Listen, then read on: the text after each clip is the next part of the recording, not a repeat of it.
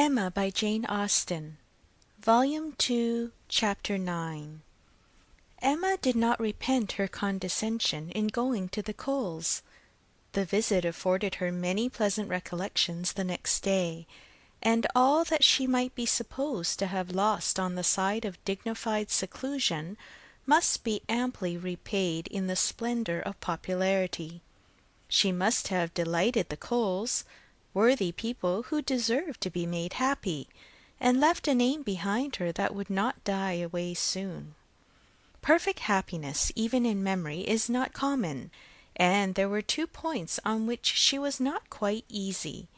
She doubted whether she had not transgressed the duty of woman by woman in betraying her suspicions of Jane Fairfax's feelings to Frank Churchill. It was hardly right, but it had been so strong an idea that it would escape her, and his submission to all that she told was a compliment to her penetration, which made it difficult for her to be quite certain that she ought to have held her tongue. The other circumstance of regret related also to Jane Fairfax, and there she had no doubt. She did unequivocally regret the inferiority of her own playing and singing. She did most heartily grieve over the idleness of her childhood, and sat down and practised vigorously an hour and a half. She was then interrupted by Harriet's coming in, and if Harriet's praise could have satisfied her, she might soon have been comforted. "Oh, if I could but play as well as you and Miss Fairfax!" "Don't class us together, Harriet. My playing is no more like hers than a lamp is like sunshine." "Oh dear, I think you play the best of the 2. I think you play quite as well as she does. I am sure I had much rather hear you. Everybody last night said how well you played." Those who knew anything about it must have felt the difference. The truth, Harriet, that my playing is just good enough to be praised, but Jane Fairfax's is much beyond it. Well, I shall always think that you play quite as well as she does, or that if there is any difference, nobody would ever find it out. Mr. Cole said how much taste you had, and Mr. Frank Churchill talked a great deal about your taste, and that he valued taste much more than execution. "Ah, but Jane Fairfax has them both, Harriet." "Are you sure? I saw she had execution, but I did not know she had any taste. Nobody talked about it, and I hate Italian singing. There is no understanding a word of it. Besides, if she does play so very well, you know, it is no more than she is obliged to do, because she will have to teach. The Coxes were wondering last night whether she would get into any great family. How did you think the Coxes looked?" "Just as they always do, very vulgar." "They told me something," said Harriet rather hesitatingly, "but it is nothing of any consequence." Emma was obliged to ask what they had told her, though fearful of its producing Mr. Elton. "They told me that Mr. Martin dined with them last Saturday." "Oh!" "He came to their father upon some business, and he asked him to stay for dinner." "Oh!" "They talked a great deal about him, especially Anne Cox. I do not know what she meant, but she asked me if I thought I should go and stay there again next summer." She meant to be impertinently curious, just as such an Anne Cox should be. She said he was very agreeable the day he dined there. He sat by her at dinner. Miss Nash thinks either of the Coxes would be very glad to marry him." "Very likely. I think they are, without exception, the most vulgar girls in Highbury." Harriet had business at Ford's. Emma thought it most prudent to go with her. Another accidental meeting with the Martins was possible, and in her present state would be dangerous. Harriet, tempted by everything and swayed by half a word, was always very long at a purchase, and while she was still hanging over muslins and changing her mind, Emma went to the door for amusement. Much could not be hoped from the traffic of even the busiest part of Highbury. Mr. Perry walking hastily by, Mr. William Cox letting himself in at the office door, Mr. Cole's carriage horses returning from exercise, or a stray letter boy on an obstinate mule, were the liveliest objects she could presume to expect. And when her eyes fell only on the butcher with his tray, a tidy old woman travelling homewards from shop with her full basket, two curs quarrelling over a dirty bone, and a string of dawdling children round the baker's little bow window, eyeing the gingerbread, she knew she had no reason to complain, and was amused enough, quite enough still to stand at the door. A mind lively and at ease can do with seeing nothing, and can see nothing that does not answer. She looked down the Randalls road. The scene enlarged. Two persons appeared, Mrs. Weston and her son-in-law. They were walking into Highbury, to Hartfield, of course. They were stopping, however, in the first place at Mrs. Bates's, whose house was a little nearer Randalls than Ford's, and had all but knocked when Emma caught their eye. Immediately they crossed the road and came forward to her, and the agreeableness of yesterday's engagement seemed to give fresh pleasure to the present meeting. Mrs. Weston informed her that she was going to call on the Bateses, in order to hear the new instrument. "For my companion tells me," said she, "that I absolutely promised Miss Bates last night that I would come this morning. I was not aware of it myself. I did not know that I had fixed a day, but as he says I did, I am going now." "And while Mrs. Weston pays her visit, I may be allowed, I hope," said Frank Churchill, "to join your party and wait for her at Hartfield, if you are going home." Mrs. Weston was disappointed. "I thought you meant to go with me. They would be very much pleased." "Me? I should be quite in the way, but perhaps I may be equally in the way here. Miss Woodhouse looks as if she did not want me. My aunt always sends me off when she is shopping. She says I fidget her to death, and Miss Woodhouse looks as if she could almost say the same. What am I to do?" "I am here on no business of my own," said Emma. "I am only waiting for my friend. She will probably have soon done, and then we shall go home. But you had better go with Mrs. Weston and hear the instrument." "Well, if you advise it.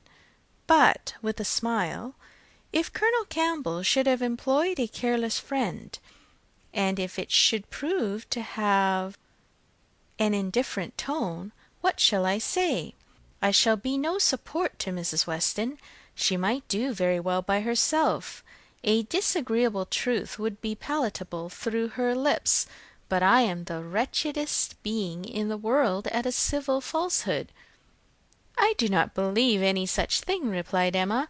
"I am persuaded that you can be as insincere as your neighbours when it is necessary. But there is no reason to suppose the instrument is indifferent. Quite otherwise, indeed, if I understood Miss Fairfax's opinion last night." "Do come with me," said Mrs. Weston. "If it be not very disagreeable to you, it need not detain us long. We will go to Hartfield afterwards. We will follow them to Hartfield. I really wish you to call with me. It will be so great an attention, and I always thought you meant it." He could say no more, and with the hope of Hartfield to reward him, returned with Mrs. Weston to Mrs. Bates's door. Emma watched them in, and then joined Harriet at the interesting counter, trying with all the force of her own mind to convince her that if she wanted plain muslin, it was of no use to look at figured, and that a blue ribbon, be it ever so beautiful, would still never match her yellow pattern. At last it was all settled, even to the destination of the parcel. "Should I send it to Mrs. Goddard's, ma'am?" asked Mrs. Ford. "Yes, no, yes, to Mrs. Goddard's. Only my pattern gown is at Hartfield. No, you shall send it to Hartfield, if you please." "But then Mrs. Goddard will want to see it, and I could take the pattern gown home any day. But I shall want the ribbon directly, so it had better go to Hartfield, at least the ribbon." You could make it into 2 parcels, Mrs. Ford, could you not?" "It is not worth while, Harriet, to give Mrs. Ford the trouble of 2 parcels." "No more it is. No trouble in the world, ma'am," said the obliging Mrs. Ford. "Oh, but indeed I would much rather have it only in 1. Then, if you please, you shall send it to Mrs. Goddard's. I do not know. No, I think, Miss Woodhouse, I may just as well have sent it to Hartfield, and take it home with me at night. What do you advise?" "That you do not give another half second to the subject. To Hartfield, if you please, Mrs. Ford." "Ay, that will be best," said Harriet, quite satisfied. "I should not at all like to have it sent to Mrs. Goddard's." Voices approached the shop, or rather 1 voice and 2 ladies. Mrs. Weston and Miss Bates met them at the door. "My dear Miss Woodhouse," said the latter, "I am just run across to entreat the favour of you to come and sit down with us a little while, and give us your opinion on our new instrument. You and Miss Smith. How do you do, Miss Smith?" "Very well, I thank you, and I begged Mrs. Weston to come with me, that I might be sure of succeeding. I hope Mrs. Bates and Miss Fairfax are—" "Very well. I am much obliged to you. My mother is delightfully well, and Jane caught no cold last night. How is Mr. Woodhouse?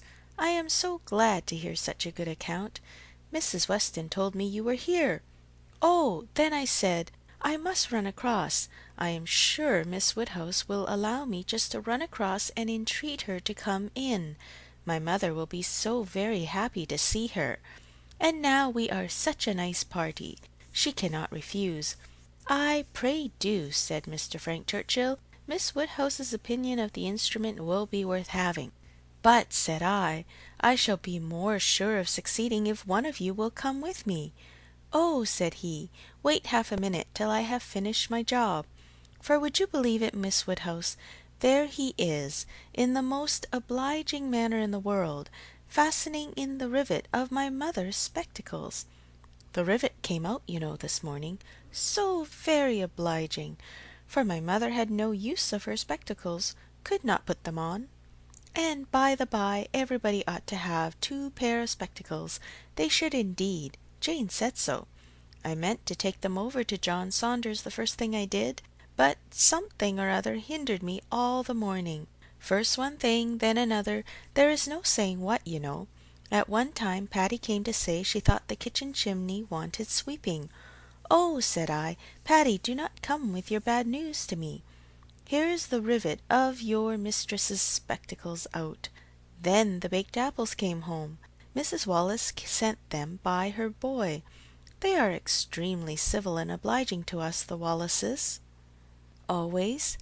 I have heard some people say that Mrs. Wallace can be uncivil and give a very rude answer, but we have never known anything but the greatest attention from them. And it cannot be for the value of our custom now, for what is our consumption of bread, you know? Only 3 of us, besides dear Jane at present, and she really eats nothing. Makes such a shocking breakfast, you would be quite frightened if you saw it. I dare not let my mother know how little she eats, so I say one thing and then I say another, and it passes off. But about the middle of the day she gets hungry, and there is nothing she likes so well as these baked apples, and they are extremely wholesome, for I took the opportunity the other day of asking Mr. Perry. I happened to meet him in the street. Not that I had any doubt before. I have so often heard Mr. Woodhouse recommend a baked apple. I believe it is the only way that Mr. Woodhouse thinks the fruit thoroughly wholesome. We have apple dumplings, however, very often. Patty makes an excellent apple dumpling. Well, Mrs. Weston, you have prevailed, I hope, and these ladies will oblige us?" Emma would be very happy to wait on Mrs. Bates, and they did at last move out of the shop with no farther delay from Miss Bates than, "How do you do, Mrs. Ford? I beg your pardon. I did not see you before. I hear you have a charming collection of new ribbons from town. Jane came back delighted yesterday. Thank ye. The gloves do very well, only a little too large about the wrist, but Jane is taking them in. "What was I talking of?" said she, beginning again when they were all in the street. Emma wondered on what of all the medley she would fix. "I declare I cannot recollect what I was talking of. Oh, my mother's spectacles! So very obliging of Mr. Frank Churchill. Oh," said he, "I do think I can fasten the rivet. I like a job of this kind excessively, which you know showed him to be so very. Indeed, I must say that, much as I had heard of him before and much as I had expected, he very far exceeds anything. I do congratulate you, Mrs. Weston, most warmly. He seems everything the fondest parent could. Oh," said he, "I can fasten the rivet. I like a job of that sort excessively. I shall never forget his manner, and when I brought out the baked apples from the closet, and hoped our friends would be so very obliging as to take some. Oh," said he directly, "there is nothing in the way of fruit half so good, and these are the finest looking home baked apples I ever saw in my life. That, you know, was so very, and I am sure by his manner it was no compliment. Indeed, they are very delightful apples, and Mrs. Wallace does them full justice. Only we do not have them baked more than twice, and Mr. Woodhouse made us promise to have them done 3 times, but Miss Woodhouse will be so good as not to mention it. The apples themselves are the very finest sort for baking, beyond a doubt, all from Donwell, some of Mr. Knightley's most liberal supply. He sends us a sack every year, and certainly there never was such a keeping apple anywhere as one of his trees. I believe there is 2 of them. My mother says the orchard was always famous in her younger days. But I was really quite shocked the other day, for Mr. Knightley called one morning, and Jane was eating these apples, and we talked about them and said how much she enjoyed them, and he asked whether we were not got to the end of our stock. I am sure you must be, said he, and I will send you another supply, for I have a great many more than I can ever use. William Larkin let me keep a larger quantity than usual this year. I will send you some more, before they get good for nothing. So I begged he would not, for really, as to ours being gone, I could not absolutely say that we had a great many left. It was but half a dozen indeed, but they should be kept for Jane, and I could not at all bear that he should be sending us more, so liberal as he had been already, and Jane said the same. But when he was gone she almost quarrelled with me. No, I should not say quarrelled, for we never had a quarrel in our lives, but she was quite distressed that I had owned the apples were so nearly gone. She wished I had made 'em believe we had a great many left. Oh, said I, my dear, I did say as much as I could. However, the very same evening William Larkins came over with a large basket of apples, the same sort of apples, a bushel at least, and I was very much obliged, and went down and spoke to William Larkins, and said everything as you may suppose. William Larkins is such an old acquaintance, I am always glad to see him. But, however, I found afterwards from Patty that William said it was all the apples of that sort his master had. He had brought them all, and now his master had not one left to bake or boil. William did not seem to mind it himself, he was so pleased to think his master had sold so many, for William, you know, thinks more of his master's profit than anything. But Mrs. Hodges, he said, was quite displeased at their being all sent away. She could not bear that her master should not be able to have another apple tart this spring. He told Patty this, but bid her not to mind it, and be sure not to say anything to us about it, for Mrs. Hodges would be cross sometimes, and as long as many sacks were sold, it did not signify who ate the remainder. And so Patty told me, and I was excessively shocked indeed. I would not have Mr. Knightley know anything about it for the world. He would be so very. I wanted to keep it from Jane's knowledge, but unluckily I had mentioned it before I was aware. Miss Bates had just done as Patty opened the door, and her visitors walked upstairs without having any regular narration to attend to, pursued only by the sounds of her desultory good will. "Pray take care, Mrs. Weston. There is a step at the turning. Pray take care, Miss Woodhouse. Ours is rather a dark staircase, rather darker and narrower than one could wish. Miss Smith, pray take care. Miss Woodhouse, I am quite concerned. I am sure you hit your foot. Miss Smith, the step at the turning.